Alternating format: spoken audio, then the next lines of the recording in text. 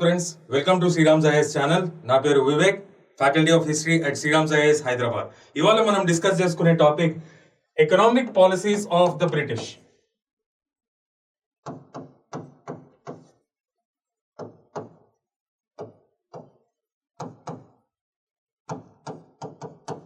మనం first chapter చూసినట్టయితే it started with the advent of Europeans. దాని తర్వాత we have discussed about the conquest of British. దాని తర్వాత పాలసీస్ ఆఫ్ బ్రిటిష్. ఆ పాలసీస్ ఆఫ్ బ్రిటిష్ లో ఇది లాస్ట్ సబ్ టాపిక్ అని చెప్పాలి, that is economic policies of the British. అయితే బ్రిటిష్ ఎకనామిక్ పాలసీస్ ఏ విధంగా ఉండేవి అని చూసినట్టయితే this led to drain of wealth. ఇది తెలియని వాళ్ళు ఉండరు. అంటే డ్రైన్ ఆఫ్ వెల్త్ అని దేని అంటామంటే ఇట్ ఈస్ యూనిడైరెక్షనల్ లో the movement of wealth in unidirectional movement. అంటే మన ఇండియా నుండి బ్రిటిష్కి వెళ్ళిన పైసలు మళ్ళీ వాపస్ రాలేదు. That is called as unidirectional movement of wealth. By directional అంటే వెళ్ళినాయి ఇటు రావాలి, అటు నుండి ఇటు కానీ ఇటు నుండి అటు కానీ. But it was unidirectional movement of wealth. It is called as drain of wealth. India అయితే ఒక వరల్డ్ ట్రేడ్ లో, వరల్డ్ ఎకానమీలో ఒక పవర్ హౌస్ గా, లైట్ హౌస్ గా ఉండిందో, all due to the economic policies of the British. అదే Indian economy became a moth eaten economy.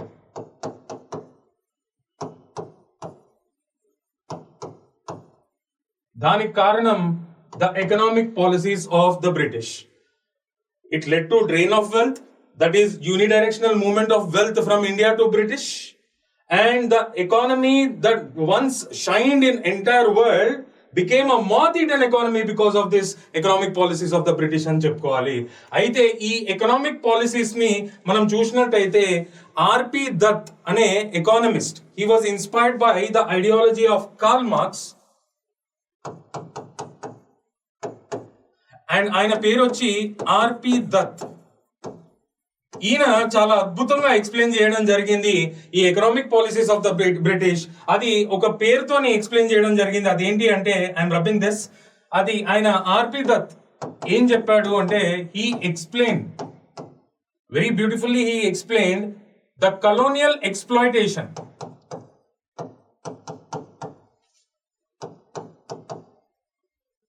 ఇండియాకి కలోనియల్ పవర్స్ చాలా వచ్చినాయి, స్టార్టింగ్ విత్ పోర్చుగీస్, తర్వాత డచ్, తర్వాత ఇంగ్లీష్, తర్వాత డానిష్, దాని తర్వాత ఫ్రెంచ్. అది పక్కన పెడితే మనల్ని ఎవరు ఇన్ని సంవత్సరాలు రూల్ చేశారు సక్సెస్ఫుల్ గా అంటే బ్రిటిషర్స్. సో బ్రిటిషర్స్ కింద ఈ కలోనియల్ ఎక్స్ప్లాయిటేషన్ అనే విషయాన్ని ఆర్పి దత్ ఎక్స్ప్లెయిన్ చేయడం జరిగింది. దానికోసము ఈ క్లాసిఫైడ్ ఈయన ఎవరి ద్వారా ఇన్స్పైర్ అయినారు? Karl Marx. కార్ల్ మార్క్స్ ఒక ఐడియాలజీని ఇన్స్పిరేషన్ గా తీసుకొని he explained the colonial exploitation of the British in India. He classified this colonial exploitation into 3 stages. అదేంటి అంటే మర్సెంటైల్,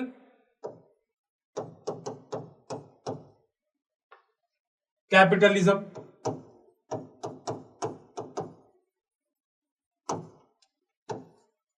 industrial capitalism,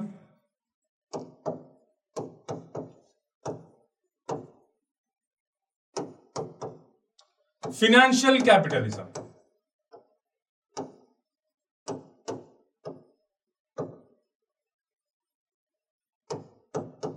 so R P Dutt అనే మనిషి he explained the colonial exploitation of the Britishers in 3 stages: mercantile capitalism, industrial capitalism, financial capitalism. ఒకటి దాని తర్వాత ఒకటి రావడం జరిగింది. అండ్ ఇది ఈ టైం పీరియడ్స్ చూసుకున్నట్టయితే ఈ మర్సెంటైల్ క్యాపిటలిజం అనేది ఎప్పటి నుండి ఎప్పటి వరకు ఉండింది అంటే 1750s నుండి 1813 వరకు. మరి ఇండస్ట్రియల్ క్యాపిటలిజం అనేది ఇండియాలో ఎప్పటి నుండి ఎప్పటి వరకు ఉండేది అంటే 1813 నుండి 1860 వరకు. మరి ఈ ఫినాన్షియల్ క్యాపిటలిజం ఎప్పటి నుండి ఎప్పటి వరకు ఉండింది అంటే 1860 నుండి 1947 వరకు. So these were the 3 different stages through. అంటే దాని ద్వారా దాన్ని మనం కలోనియల్ ఎక్స్ప్లాయిటేషన్ అని చెప్తాము. మర్సెంటైల్ క్యాపిటలిజం మాత్రం 1750s నుండి 1813 వరకు, ఇండస్ట్రియల్ క్యాపిటలిజం మాత్రం 1813 నుండి 1860 వరకు, అండ్ ఫినాన్షియల్ క్యాపిటలిజం వచ్చి 1860 నుండి 1947 వరకు. అయితే ఒక్కొక్కటి మనం కొద్దిగా ఎలాబరేట్ గా డిస్కస్ చేయాలి ఇక్కడ.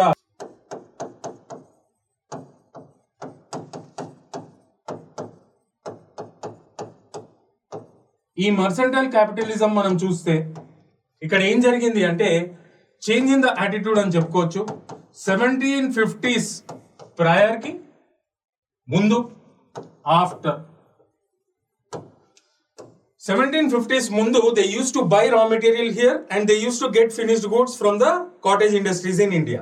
1750s తర్వాత because of the industrial revolution in England, because of the scientific advancements, చాలా modern industries develop అయినాయి and they used to get raw material from India and they used to get the goods manufactured there in their country. అక్కడ దాకా బానే ఉంది. దాని తర్వాత ఏం చేశారు, మార్కెట్ ఎక్స్పాన్షన్ పేరుతోని ఆ చీప్ గూడ్స్ ని ఇండియాకి తీసుకుని రావడం జరిగింది. మరి ఆ చీప్ గూడ్స్ ఎప్పుడైతే చీప్ మషిన్ మేడ్ గూడ్స్ ఎప్పుడైతే ఇండియాకి రావడం జరిగిందో ఎక్స్పెన్సివ్ హ్యాండ్ మేడ్ గూడ్స్ కి చీప్ మెషిన్ మేడ్ గూడ్స్ కి ఒక అన్ఈక్వల్ కాంపిటీషన్ ఏర్పడి మన డొమెస్టిక్ ఇండస్ట్రీని ఎఫెక్ట్ చేయడం స్టార్ట్ అయింది నెగటివ్ గా. సో ఎవరైనా పైసలు ఎక్కువ పెట్టి ఒక రకమైన ప్రోడక్ట్ కొంటారా, తక్కువకి కొనాలని అనుకుంటారా? డెఫినెట్ గా తక్కువ పైసలకే కొనాలనుకుంటారు. సో ఈ విధంగా ఒక డీఇండస్ట్రియలైజేషన్ అనేది రావడం జరిగింది, పాలసీ అనేది రావడం జరిగింది. అంటే ఇండియన్ ఇండస్ట్రీస్ ని డిస్కరేజ్ చేయడం జరిగింది కంప్లీట్ గా. అండ్ అంతేకాకుండా అప్పటిదాకా మన గూడ్సే వాళ్ళ మార్కెట్ లోకి వెళ్ళాయి. వాళ్ళు ఒక స్పెషల్ లెజిస్లేషన్ కూడా తెచ్చుకున్నారు, ఏంటి, not to allow particular kind of Indian goods coming from Indian market అని. చూడండి ఏ విధంగా డీఇండస్ట్రియలైజ్ చేశారు India. So the biggest outcome దీని మూలంగా ఏంటి అంటే ఒక అన్ఈక్వల్ కాంపిటీషన్ ఏర్పడింది between the expensive hand made goods and machine made cheap goods that were coming from the British. So it destroyed the Indian industry అని చెప్పుకోవచ్చు. నెక్స్ట్ స్టేజ్ లో ఏం జరిగింది అక్కడ మనం చూసినట్టయితే ఇండస్ట్రియల్ క్యాపిటలిజం అని చెప్పాను.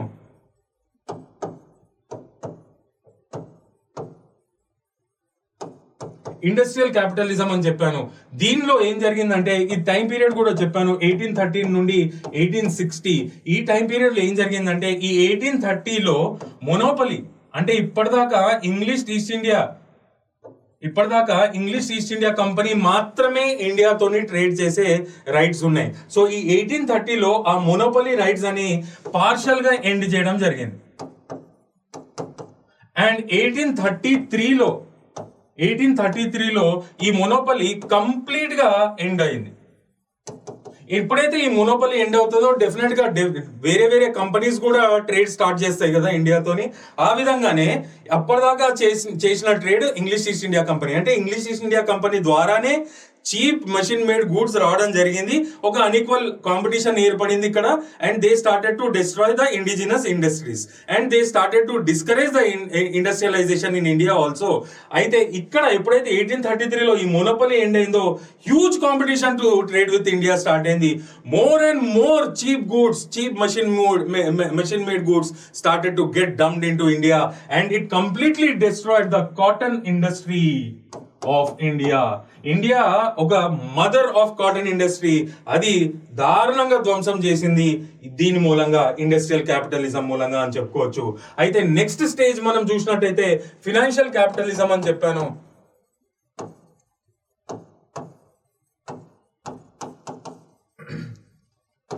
ఈ ఫినాన్షియల్ క్యాపిటలిజం ఎప్పటి నుండి ఎప్పటి వరకు అంటే 1860 నుండి 1947 వరకు ఫినాన్షియల్ క్యాపిటలిజం అని చెప్పాను. ఈ టైం పీరియడ్ లో ఏం జరిగిందంటే lot of investments were coming to India. అయితే ఈ ఇన్వెస్ట్మెంట్స్ ఎక్కడి నుండి వస్తున్నాయి? From the savings of the British officials. అయితే ఇది బ్రిటిష్ గవర్నమెంట్ కి ఒక అప్పులాగా ఇవ్వడం జరిగింది. అయితే మరి ఈ బ్రిటిష్ గవర్నమెంట్ ఈ పైసలని real development of Indian industries, ఒక ఎంప్లాయ్మెంట్ జనరేట్ చేద్దాం, ఇండియన్స్ ని బాగు చేద్దాం అని చెప్పి తీసుకుని రాలేదు. It was to fulfil their own purposes. ఈ పైసల్ని దాని ఓన్ పర్పసెస్ కోసమే వాడుకుంది. పర్టికులర్లీ ఇన్ఫ్రాస్ట్రక్చర్ డెవలప్మెంట్, అంటే దానిలో కూడా పర్టికులర్ గా చూసినట్టయితే రైల్వే కనెక్టివిటీని ఎక్స్పాండ్ చేసుకుంది ఆ పైసలతోనే. సో ఇప్పటిదాకా మనం చూసినట్టయితే ఇవి ఏది ఈ hand made machine made cheap goods అనేవి ఒక టౌన్స్, అర్బన్ సెంటర్స్ కే వచ్చాయి.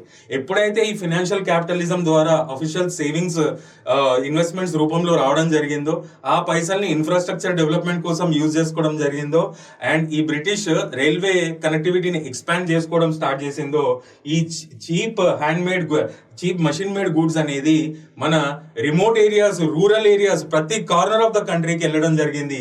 అండ్ ఇట్ కంప్లీట్లీ అయితే ఇది ఎప్పుడైతే రైల్వే కనెక్టివిటీ వచ్చిందో ఈ గూడ్స్ అన్ని కూడా all the corners of the కంట్రీకి వెళ్ళడం జరిగింది. దాంతో సెల్ఫ్ సఫిషియన్సీ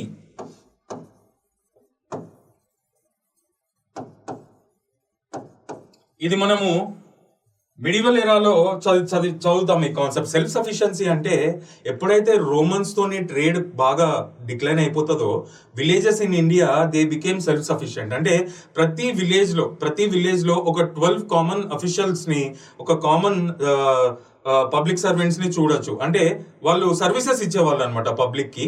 ఆ పబ్లిక్ ఏమో రుణంగా వాళ్ళకి సాలరీస్ ఇచ్చేది. ఎట్లా అంటే ఫుడ్ గ్రెయిన్స్ రూపంలో. 12 మాత్రం కామన్ గా చూడొచ్చు. బార్బర్ గానీ, ఒక పోలీస్ వాచ్మెన్ గానీ, ఒక మన అట్లా డిఫరెంట్ టైప్స్ ఆఫ్ అఫీషియల్స్ ఉండేవాళ్ళు అనమాట. టోటల్లీ 12 కామన్ గా ఉండేవాళ్ళు. సో ఈ సెల్ఫ్ సఫిషియన్సీ ఆఫ్ విలేజెస్ అనేది కంప్లీట్ గా డిస్ట్రాయ్ అవ్వడం జరిగింది. దేని మూలంగా? ఫినాన్షియల్ క్యాపిటలిజం మూలంగా. సో ఆర్పి దత్ అనే మనిషి he explained the colonial exploitation which was the outcome of economic policies in India, and this also led to drain of wealth, and this colonial exploitation was explained in 3 stages: mercantile capitalism which existed from 1750 to 1813, industrial capitalism 1813 to 1860, and financial capitalism from 1860 to 1947. The outcome of this is deindustrialization of Indian industries, and the outcome of this is destruction of cotton industry in India, and outcome of this is the end of self-sufficiency of villages in India. So these are all economic policies that I wanted to discuss today. And మనము ఇంకోసారి brief గా చెప్పినట్టయితే overall గా మనం 3rd chapter కూడా complete చేసుకున్నాం, that is policies of the British. ఈ policies of the British లో we started with imperial policies, then we discussed about administrative policies, దాని తర్వాత judicial policies, social policies, revenue policies, education policies, and finally economic policies. బాగా by heart చేయండి, బాగా revise చేయండి. Thank you so much for following. Vivek signing off. Thank you. Bye.